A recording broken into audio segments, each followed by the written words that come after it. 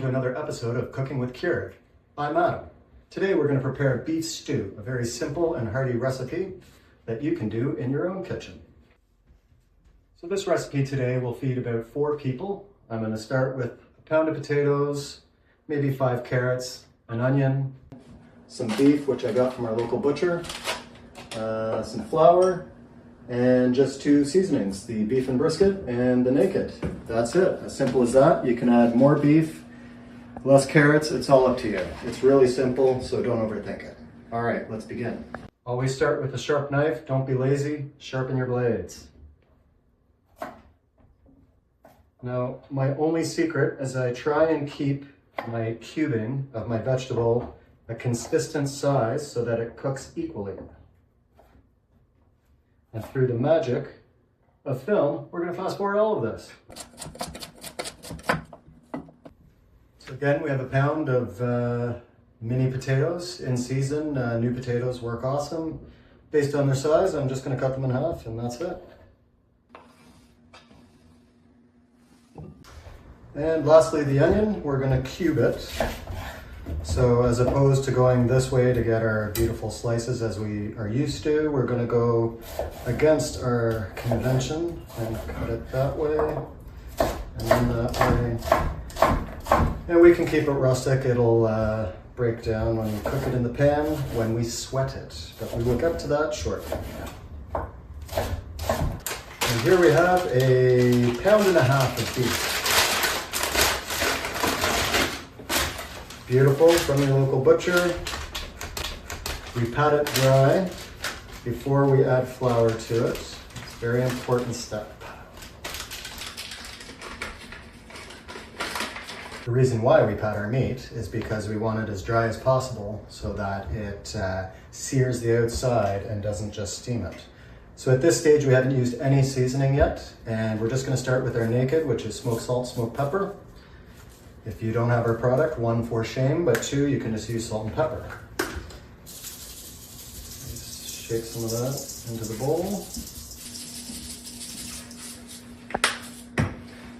Then I will use some flour. There we go. Now it's time to sear the beef. We're going to start with some olive oil. This one's a beautiful biodynamic from Italy. Always buy the best olive oil you can afford. Okay, the pan, as you can see, is good and hot. We're going to throw our beef in. The old adage, don't crowd the pan, it's true. Otherwise, again, it won't sear properly.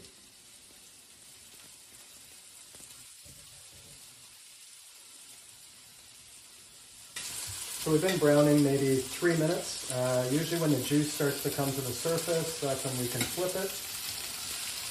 There we go. And if you want, you can just do this.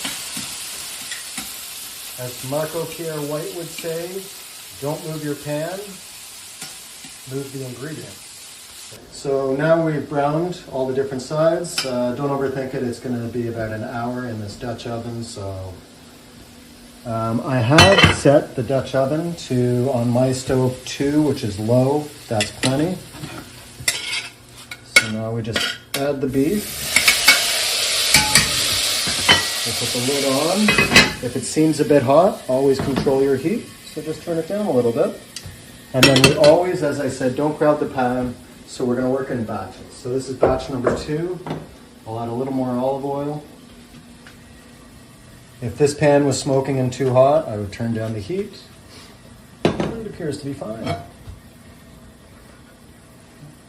carefully set it down. And here we go, batch number 2. Okay, so our second batch of beef has been browned. That gets added to the pot.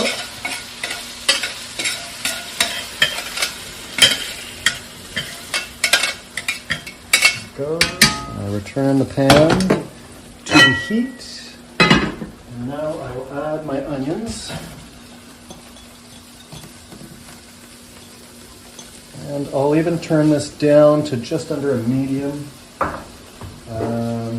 So yeah, when you sweat the onions, what you're going to do is bring out some of the natural sugars. And as as well. It's going to pick up some of these lovely flavors that were left behind in the pan. Okay, it's been maybe 6 minutes, but I'm not keeping track. You'll know your onions are done. They become translucent, and also they're quite soft. So we will add these to our pot. And it goes, and then what I'm doing is, and you don't have to, but I find it creates a good flavor. I'm going to add my carrot and my potato into this pan. A quick recap. So again, we've only added our naked seasoning, nothing else to this point, but we will be adding the beef seasoning to this pan here before it's added to the pot.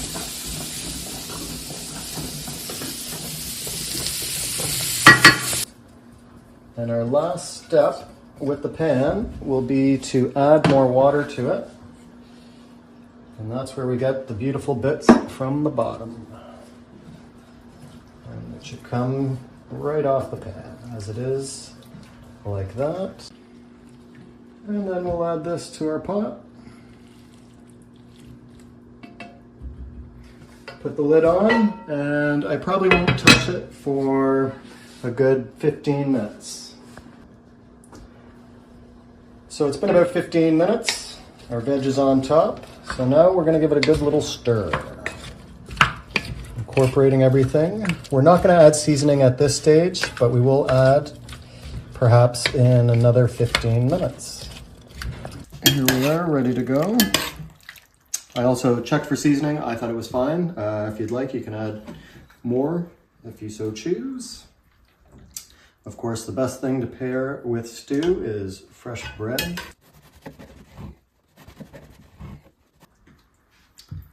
And there you are, beef stew in an hour and change. A few ingredients, that simple. Thanks for watching. If you're enjoying, like and subscribe. And until next time, we were cooking with Cured.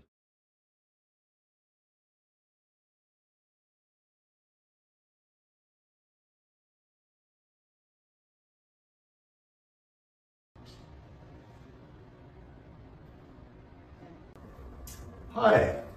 Hi. Hi. Hi.